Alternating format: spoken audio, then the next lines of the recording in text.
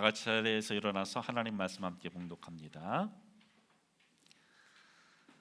빌립보서 1장 19절로 26절까지의 말씀 우리 천천히 함께 합독하겠습니다. 이것이 너희의 간구와 예수 그리스도의 성령의 도우심으로 나를 구원에 이르게 할 줄 아는 고로 나의 간절한 기대와 소망을 따라 아무 일에든지 부끄러워하지 아니하고 지금도 전과 같이 온전히 담대하여 살든지 죽든지 내 몸에서 그리스도가 존귀하게 되려 하려 하나니 이는 내게 사는 것이 그리스도니 죽는 것도 유익함이라. 그러나 만일 육신으로 사는 이것이 내일의 열매일진데 무엇을 택해야 할지는 나는 알지 못하노라. 내가 그 둘 사이에 끼었으니 차라리 세상을 떠나서 그리스도와 함께 있는 것이 훨씬 더 좋은 일이라 그렇게 하고 싶으나 내가 육신으로 있는 것이 너희를 위하여 더 유익하리라. 내가 살 것과 너희 믿음의 진보와 기쁨을 위하여 너희 무리와 함께 거할 이것을 확실히 아노니 내가 다시 너희와 같이 있으므로 그리스도 예수 안에서 너희 사랑이 나로 말미암아 풍성하게 하려 함이라. 아멘. 자리에 앉겠습니다. 우리 서로 앞뒤 좌우 인사할까요? 사랑합니다. 축복합니다.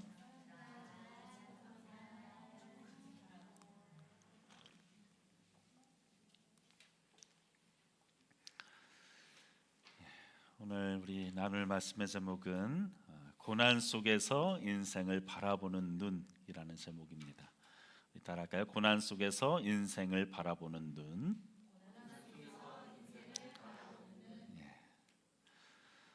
어느덧 한 달이 지났습니다. 12달 중에 한 달이 지났어요. 새해 결심들을 막 세웠던 때가 엊그제 같은데 벌써 달력에 한 장이 넘어갔습니다.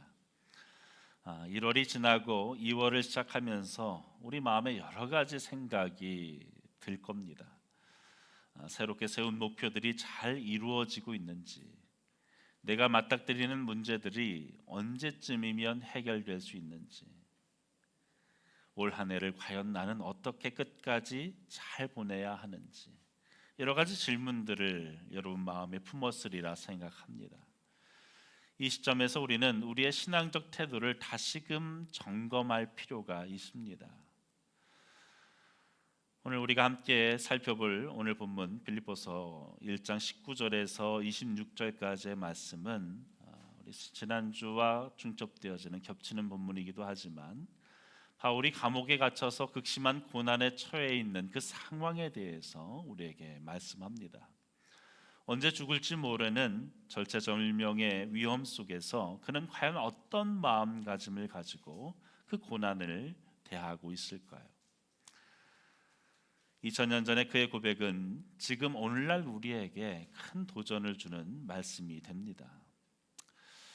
얼마 전에 세상을 깜짝 놀라게 한 안타까운 소식을 접했습니다.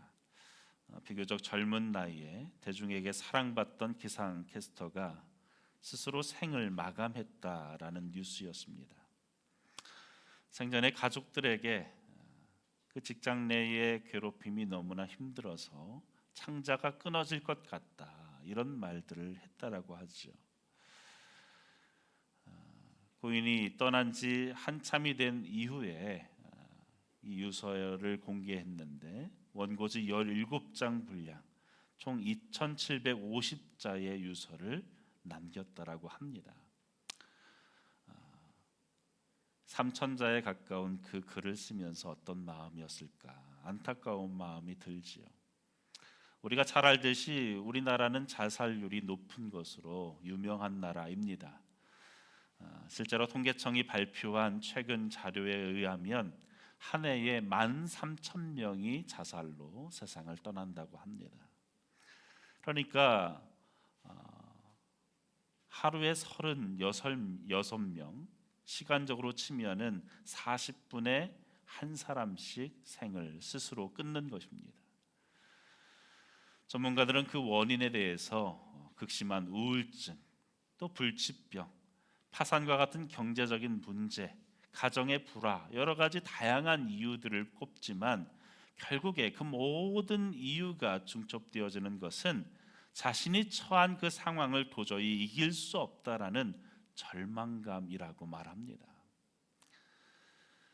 빅터 프랭클은 나치 수용소에서 직접 혹독한 고난을 겪고 난 후에 인생을 돌아보며 이렇게 말했습니다. 인생에서 가장 중요한 것은 우리가 처한 상황 자체가 아니라 그 상황을 어떻게 바라보고 해석하느냐에 달려있다. 그는 절망적인 그 상황 속에서도 의미를 찾고자 했던 것이죠. 그리고 그 의미를 찾음으로 태도를 반영시켰습니다. 곧 그 상황을 어떻게 해석하느냐, 그에 따라서 그 방향에 따라서 결론이 달라질 수밖에 없습니다. 분명 우리가 감당하기 어려워 보이는 시험과 고통, 인생의 무거운 짐들이 우리에게 갑자기 찾아올 수 있습니다. 2025년을 우리가 한 달을 보냈지만 우리가 남아있는 이 한 해의 시간 동안에 우리가 예기치 못한 어려움들을, 예기치 못한 고난들을 우리는 겪을 수 있습니다. 이때 우리에게 무엇이 필요한가? 진정 우리가 그리스도인이라고 한다면 진정 어떤 고난도 견딜 수 있는 눈이 필요합니다. 충분히 이겨낼 수 있는 인생의 가치관이 우리에게 필요하다는 것이지요. 여러분, 혹 나는 가망이 없어라고 느낄 정도로 고통에 빠져 있는 분이 혹 우리 중에 있습니까? 이 길은 막다른 길이고 더 이상 출구가 없다라고 막막함에, 그 절망감에 사로잡혀 있지는 않습니까? 오늘 이 시간 사도 바울의 고백을 통해서 우리가 어떻게 우리의 바른 인생관, 그리스도인의 인생관을 가질 수 있는지, 그리고 그 인생관을 가지고 깊은 수렁에서 우리가 승리할 수 있는지에 대해서 함께 나누길 원합니다. 오늘 말씀에서 우리는 언제 죽을지 모르는 그 감옥의 고난을 이기고 승리하는 그 사도 바울의 인생관을 목격하게 됩니다. 인생관이라는 말 자체는 사전적으로 정의하면 인생의 의의, 가치, 목적 따위를 이해하고 평가하는 전반적인 사고체계, 인생에 대한 관념 또는 사상, 이렇게 풀어서 얘기합니다. 즉 삶을 보는 시각에 대해서 얘기하는 거예요. 어떻게 우리의 인생을 바라보느냐, 그것이 인생관이죠. 어떤 인생관을 가지고 사느냐에 따라서 고난이 왔을 때에 그에 따른 대응이 달라질 수밖에 없습니다. 여러분, 어떤 인생관을 가지고 있습니까? 이 아침에 바울이 가졌던 그 인생관이 무엇인지를 함께 보고 그것이 나의 인생관 되기를 간절히 바랍니다. 우리가 어떤 고난이 다가와도 충분히 이기려면 과연 어떤 인생관을 가지고 살아야 되는가? 첫째로, 언제나 희망의 길을 발견하는 인생관을 가져야 합니다. 같이 읽어볼까요? 시작.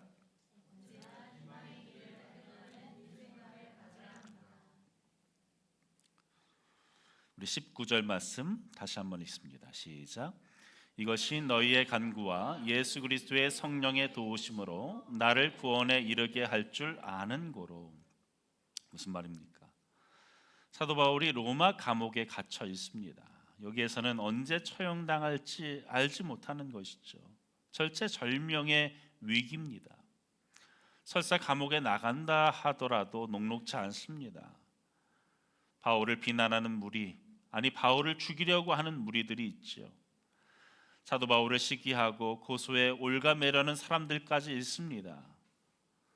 보통 사람이라면 이런 환경 속에 놓였을 때에 쉽게 절망하거나 불안에 사로잡힐 수밖에 없지요. 하지만 바울은 뭐라고 얘기합니까? 오히려 이것이 내 구원에 이를 줄을 아노라.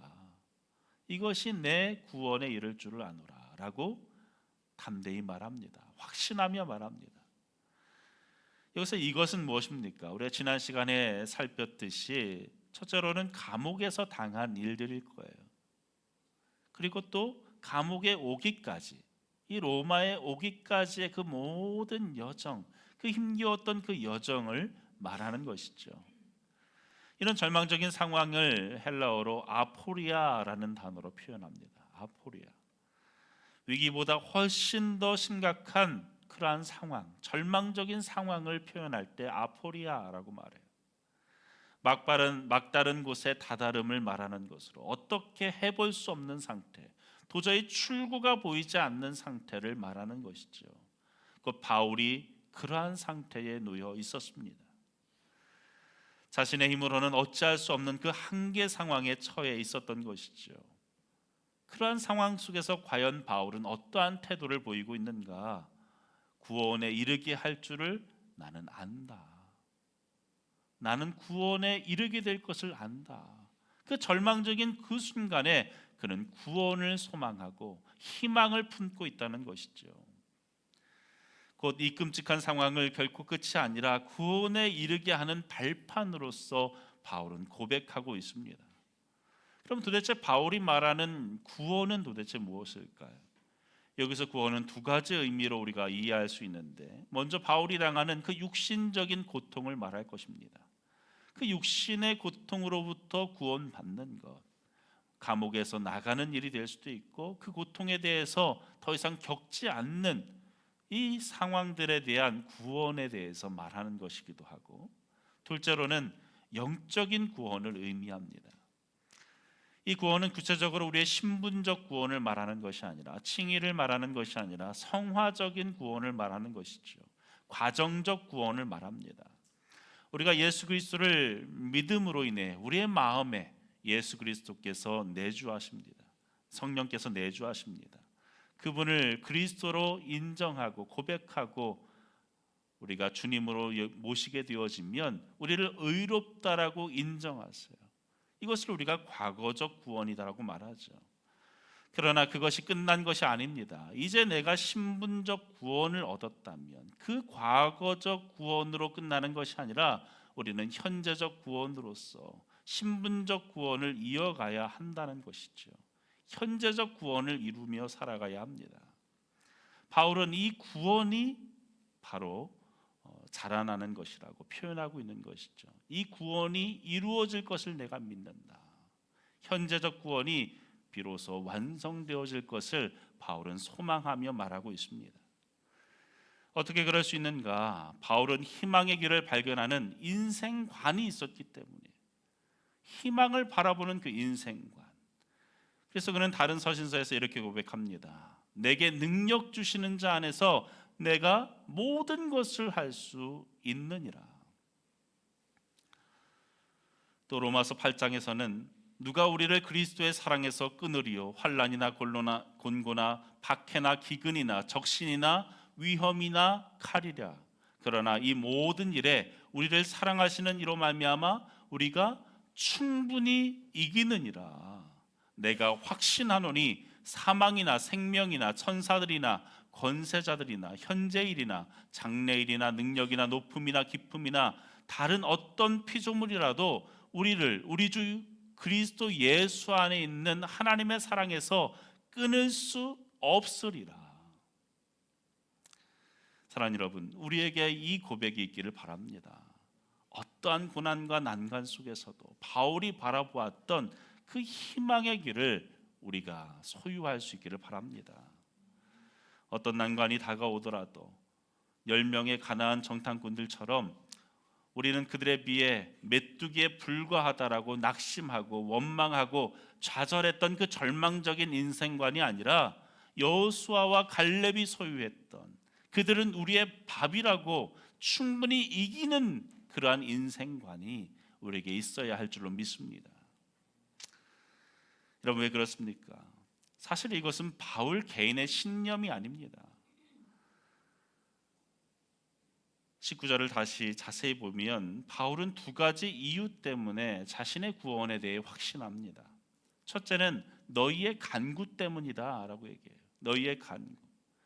빌립보 교인들이 계속해서 바울을 위해 간절히 중보하고 있다는 것, 그것 때문에 바울은 마침내 내가 구원을 얻게 될 것이다 라고 확신하고 있습니다. 바울은 그들의 기도를 결코 가볍게 여기지 않았습니다. 오히려 사람의 간구가 하나님의 손을 움직일 수 있다라고, 그래서 구원으로 이르게 할 수 있다라고 그는 확신하고 있는 거예요. 여러분, 우리도 마찬가지입니다. 우리가 살아가면서 크고 작은 일들을 만나게 됩니다. 나 스스로 혼자 감당하기 벅찰 때 우리는 어떻게 해야 됩니까? 교회 공동체 안에 기도를 요청해야 합니다. 그냥 단순히 돼도 그만, 안 돼도 그만이 아니라 기도를 내놓을 때에는 반드시 되어질 것이라는 마음을 가지고 내놓는 것입니다.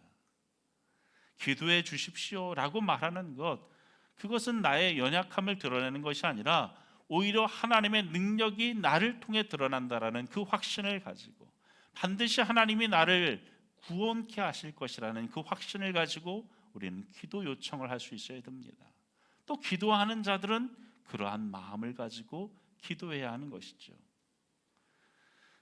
둘째는 그리스도의 성령의 도우심입니다.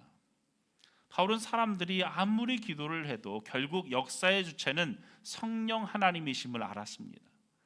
환경이 바뀌고 마음이 새 힘을 얻고 결국 절망이 소망으로 변화되어지는 것은 성령의 역사라는 것이죠. 오순절 성령 강림 이후에 초대교회 공동체가 모든 어려움을, 모든 두려움을 뛰어넘을 수 있었던 그 근거가 어디에 있습니까? 성령의 역사였습니다. 성령의 능력이 초대교회 가운데 나타났기 때문에 모든 고난을 극복할 수 있었죠. 바울은 이렇게 사람의 기도와 성령 하나님의 역사라는 두 기둥을 가지고 그 신앙을, 자신의 신앙을 그 위에 세웠습니다.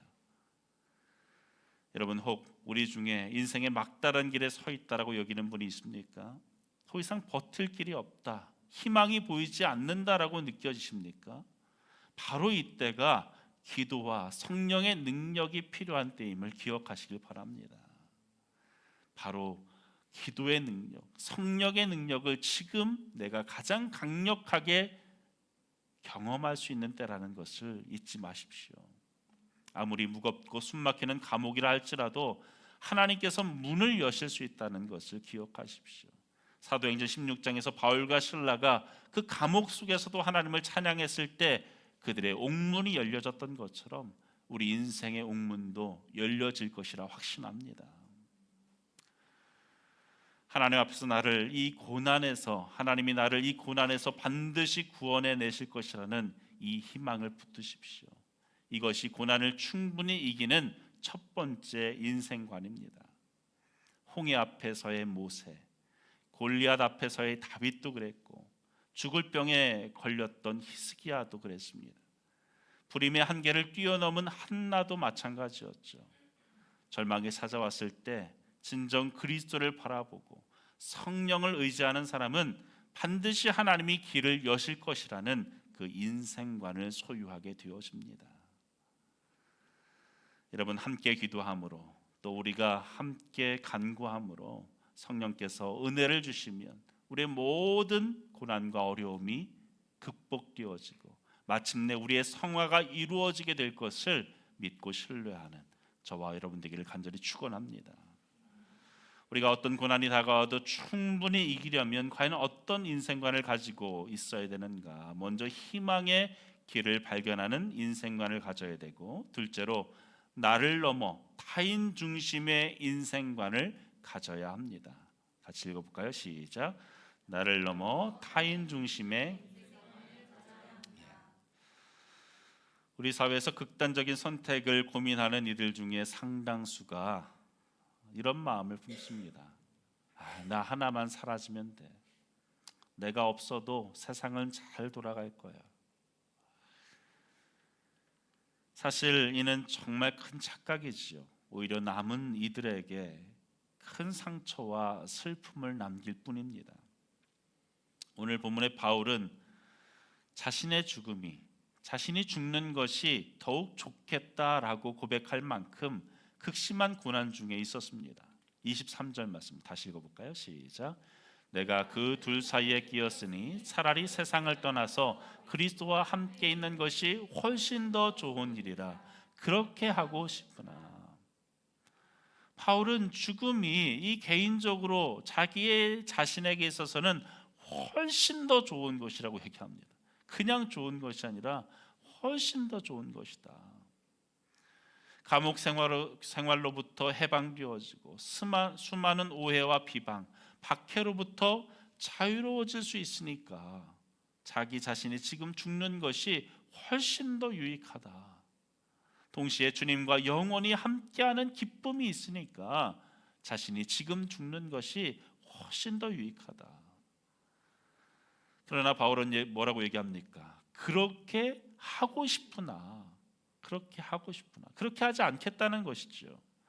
바울은 곧장 죽음을 택하거나 그래 이렇게 힘들 바에는 차라리 죽고 말지 하면서 단념하지 않았습니다. 포기하지 않았어요. 왜입니까? 24절에 보면 내가 육신으로 있는 것이 뭐라고요? 너희를 위하여 더 유익하리라.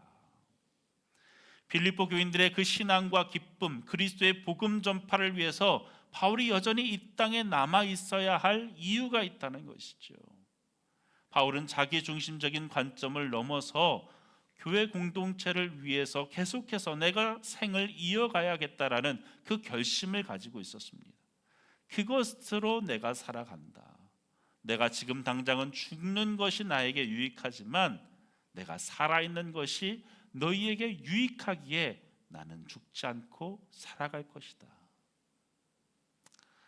25절과 26절에 이런 태도의 구체적인 내용을 말하는데 25절에 내가 살 것과 너희 믿음의 진보와 기쁨을 위하여 너희 무리와 함께 거할 이것을 확실히 아노니 26절 함께 있습니다. 내가 다시 너희와 함께 있으므로 그리스도 예수 안에서 너희 사랑이 나로 말미암아 풍성하게 하려 함이라.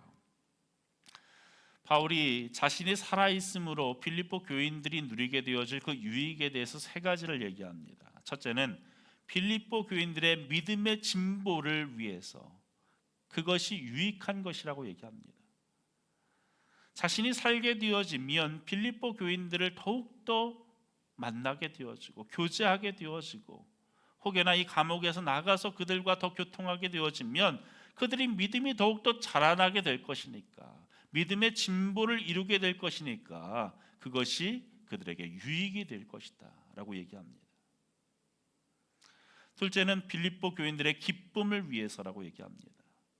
죽을 수밖에 없었던 그가 살아서 돌아가면 이 빌립보 교인들이 얼마나 기쁘겠습니까?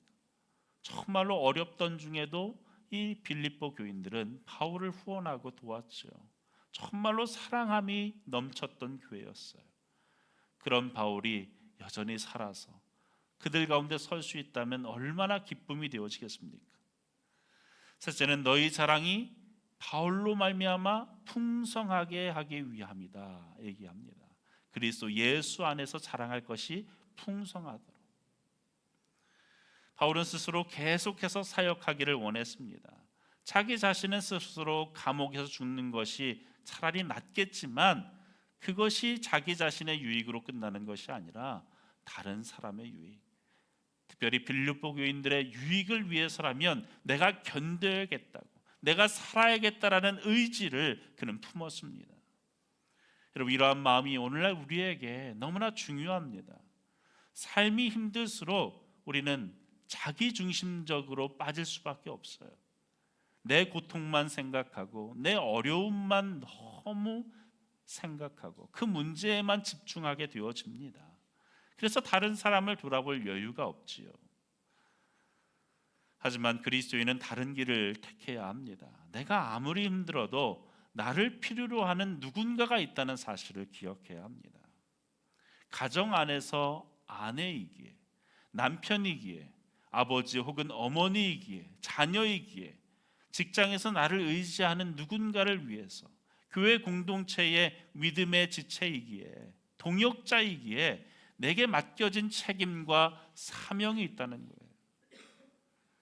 오늘날도 고난이 닥치면 가장 먼저 드는 생각이 내가 이 상황을 어떻게 견딜 수 있는가? 난 이제 어떻게 살아가야 하는가? 이런 질문에 함몰되어지곤 합니다. 그러나 우리의 관점을 바꿔야 합니다. 이 고난을 내가 이겨냈을 때에 하나님께서 내 주변의 사람들에게 어떤 유익을 주실까? 내 삶이 회복되어져서 나로 인해 기쁨을 얻을 사람들이 누구인가? 여러분, 이것을 생각한다면 우리는 살아가야 할 이유가 충분합니다. 더 나아가 예수님께서는 우리에게 주는 것이 받는 것보다 복되다라고 말씀하셨죠. 누군가를 세워주고 그의 믿음을 도우면서 그의 삶을 풍성케 하는 것, 그것이 진정 우리의 삶의 목적이고 내 인생을 가치 있게 만드는 것이라고 말씀합니다. 여러분, 인생의 진정한 만족은 나 혼자 잘 사는 것에서 오지 않습니다.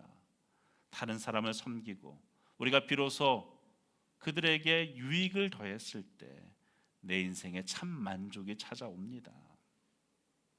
특별히 교회 공동체 안에는 서로 섬김이라는 것이 절대적이죠. 우리 교회 안에도 이러한 섬김을 하는 이들이 있습니다. 어떤 분은 재능으로, 어떤 분은 물질로서, 어떤 이는 따뜻한 말 한마디로 섬길 수 있습니다. 서로 돕는 과정 속에서 나 자신이 성숙해지고 또 누군가가 유익을 얻게 되어집니다. 이러한 맥락에서 바울이 살아서 빌립보 교인들에게 믿음을 붓는 것은 자신의 좋음이 아니라 필요라고 여긴 것이죠. 살아 있어서 좋은 것이 아니라 살아 있음이 다른 이들에게 필요하기 때문에 자신을 살아가게 하는 큰 동력이 되어진다라고 바울은 고백하고 있습니다. 사랑하는 여러분, 진정 베푸는 인생관을 소유하기를 간절히 축원합니다. 주님은 우리를 위해 목숨까지 내어 주셨죠. 그리고 그 사랑으로 너희도 서로 사랑하라 라고 말씀하셨습니다. 인생의 진정한 평가는 우리가 우리를 위하여 얼마나 모았느냐가 아니라 남을 위하여 우리가 얼마나 주었느냐, 이것을 가지고 판단되어질 것입니다. 주님 앞에 서는 그날에 너의 인생에 얼마나 많은 것으로 쌓았느냐, 이것을 가지고 셈하시지 않을 겁니다. 내가 맡겨준 너의 영혼들, 네 곁에 있었던 그 영혼들을 너는 얼마나 섬겼느냐. 여러분, 진정 베푸는 삶의 인생관을 가지고 살아가기를 간절히 축원합니다. 요한복음 15장 12절과 13절 함께 읽을까요? 시작. 내 계명은 곧 내가 너희를 사랑한 것 같이 너희도 서로 사랑하라는 이것이라. 사람이 친구를 위하여 자기 목숨을 버리면 이에서 더 큰 사랑이 없나니. 우리의 사랑이 가장 극한이 되어질 수 있는 것은 생명까지 더하는 사랑. 이미 우린 그 사랑을 받았죠. 우리 주님께서 그렇게 사랑하셨기에 우리도 그 사랑으로 나아가야 한다라고 말씀합니다. 사랑하는 여러분, 혹 지금 고통 속에 내가 있다면 나만 바라보지 마시고 주변에 있는 이들을 돌아보십시오. 내가 살아서 얻어지는 열매가 무엇인가를 고민해 보십시오. 누군가 나를 통해서 새로운 소망을, 희망을 품게 되어지고 유익을 얻게 된다는 것을 잊지 마시기 바랍니다.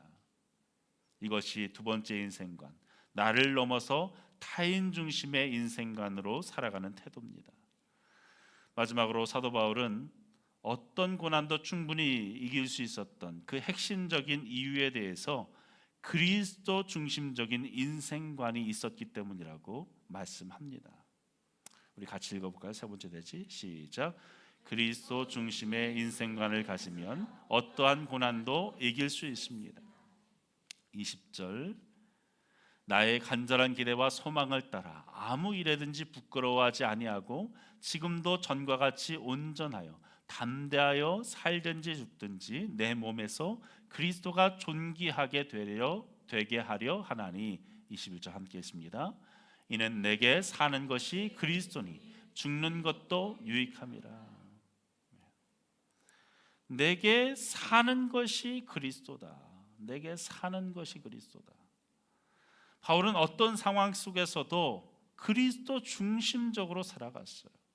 그리스도 중심의 인생관을 가지고 살았습니다. 내가 살아가는 것이 그리스도다. 그리스도가 곧 존재의 목적이라는 것이죠. 내 삶의 이유가 그리스도다. 그리스도가 그의 행동의 동기요, 힘이요, 목적이요, 그의 생각이요, 비전이요, 그의 전부였다라고 말합니다. 여러분, 이 짤막한 이 문장 안에 이 많은 내용이 포함되어져 있는 거예요. 바울에게 있어서 사는 것은 오직 그리스도 예수뿐이었습니다. 그는 고백합니다. 갈라디아서 2장 20절에 내가 그리스도와 함께 십자가에 못 박혔나니 그런즉 이제는 내가 산 것이 아니요 오직 내 안에 그리스도께서 사신 것이라. 이제 내가 육체 가운데 사는 것은 나를 사랑하사 나를 위하여 자기 몸을 버리신 하나님의 아들을 믿는 믿음 안에서 사는 것이다. 내가 살아가는 것 이 자체가 그리스도를 떠나서는 상상할 수 없는 것이라고 말하고 있습니다. 내가 지금 살아가는 것은 그리스도 안에 있기 때문에 살아가는 것이다. 로마서 14장 7절과 8절 같이 읽습니다. 시작. 우리 중에 누구든지 자기를 위하여 사는 자가 없고 자기를 위하여 죽는 자도 없도다.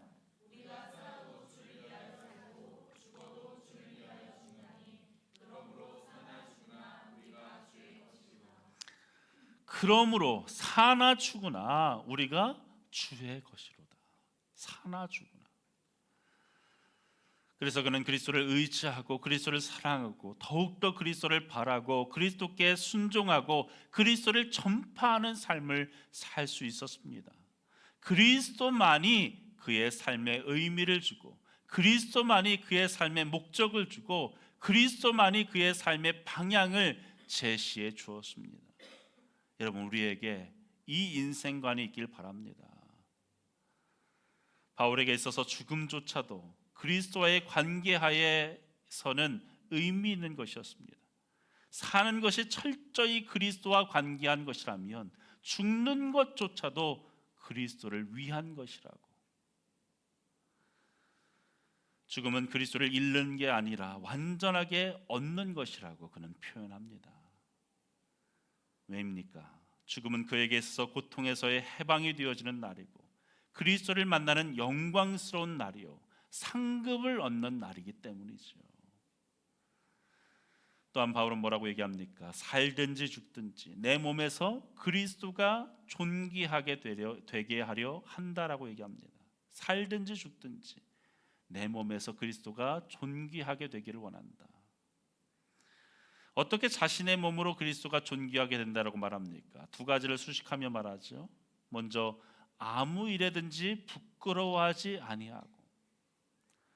바울은 세상의 시선이나 그 환경의 압박보다 하나님 앞에서의 그 정직함, 깨끗함을 우선시했습니다.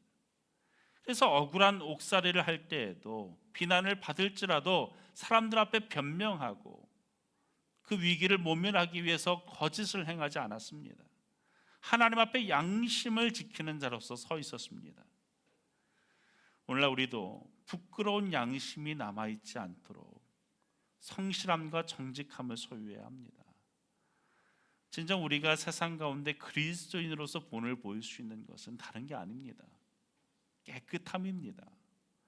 어떤 일에든지 바울은 얘기합니다. 아무 일에든지라고 얘기합니다. 어떤 일이든지 모든 일이든지 모든 삶의 과정 속에서 깨끗해야 된다. 부끄러움이 없어야 한다라고 말합니다. 세상의 사람들은 결과만 좋으면 모든 게 용서가 된다라고 말하죠. 아니, 신앙 안에서도 이렇게 말하는 이들이 있습니다. 여러분, 하나님을 믿는 이들은 결코 그래서는 안 되죠. 과정 안에서도 하나님 보시기에 합당한가를 보아야 합니다. 깨끗한가, 부끄러움이 없는가를 보아야 한다는 것이죠. 부끄럽지 않은 삶을 살아내려는 이 마음가짐이 내 몸에서 그리스도가 존귀케 되어지는 것입니다. 하지만 여러분이 부끄러운 삶을 살아간다면, 깨끗한 삶을 살아가지 못한다면 결국에 그리스도를 더럽히는 것이지요. 또한 두 번째로 온전히 담대하여 이렇게 얘기합니다. 바울이 감옥이라는 그 가혹한 환경 속에서도 어떠했다고 얘기합니까? 담대했다. 자신은 담대했다. 왜입니까? 가장 중요한 가치가 다른 곳에 있는 것이 아니라 살든지 죽든지 그리스도만이 존귀케 되어지는 것, 그것이 목적이었기 때문에 그는 담대할 수 있었습니다. 세상의 일반적인 관점에서는 죽음은 최악의 패배죠. 비참함입니다. 하지만 바울은 달리 말합니다. 죽음은 주님과의 영원한 교제를 누리는 시작점이라고 여겼습니다. 자신의 죽음이 혹 이루어진다면 그것이 미랄이라고 여겼습니다. 오히려 그것을 통해 하나님의 열매가, 복음의 열매가 맺혀질 것을 그는 확신했습니다. 결국 어떠한 상황 속에서도 나는 승리할 수밖에 없다 라는 마음이 있었기에 그는 담대할 수 있었죠. 그 담대한 마음으로 인해서 결국에 그리스도께서 존귀케 되어졌다. 사랑하는 여러분, 세상 속에서 담대히 살아가시길 바랍니다. 이 담대함이 어디서 나옵니까? 그리스도께서 우리의 모든 삶을 책임지신다는 그 확신 속에서 담대함이 나옴을 기억하시기 바랍니다. 바울은 고린도전서 15장 55절에서 이렇게 고백합니다. 사망아, 너의 이기는 것이 어디에 있느냐? 죽음을 향해서 말합니다. 너의 이기는 것이 어디 있느냐? 너는 나를 이길 수 없다라고 단언하며 말합니다. 죽음조차도 나를 이길 수 없다라고 고백할 수 있었던 그의 담대함, 우리의 담대함 되기를 간절히 바랍니다. 그렇습니다. 바울은 모든 것을, 어떤 것을 바라보든 그 중심에 그리스도가 있었습니다. 무엇을 계획하든 그 목표가 그리스도를 높이는 것이었습니다. 어떤 행동을 하든 그 동기가 그리스도를 사랑하는 것이었습니다.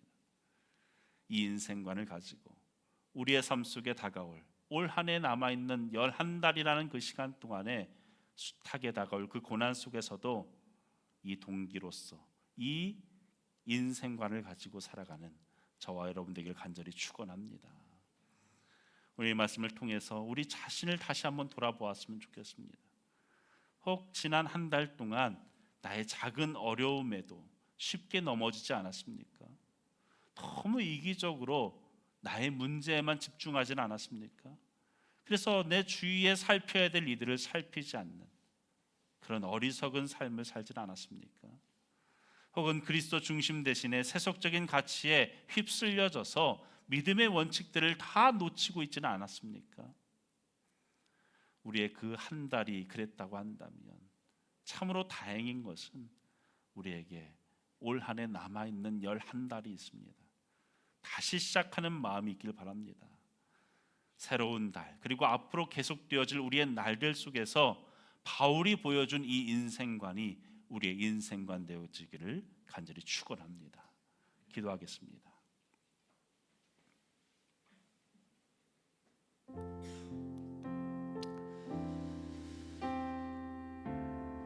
아버지 하나님, 우리에게 말씀을 통하여 바울이 보여준 그 믿음의 본을 알게 하시니 감사합니다. 감옥에 갇혀 언제 죽을지 모르는 절망적인 상황 속에서도 바울이 희망의 길을 바라보고 타인을 섬기는 마음을 지키고 그리스도 중심의 인생관으로 흔들리지 않았음을 우리가 배웁니다. 주님, 우리에게도 이러한 인생관을 허락하여 주옵소서. 어렵고 막막한 상황이 닥칠 때에 이제 끝이구나 하고 절망하는 것이 아니라, 도망치는 것이 아니라 기도함으로 성령의 도우심을 구하며 희망을 품는 나의 인생이 될 수 있도록 도와달라고, 살든지 죽든지 그리스도가 존귀케 되어지기를 바라는 마음, 이 마음으로 살겠노라고 우리 다 같이 한번 고백하며 기도하겠습니다.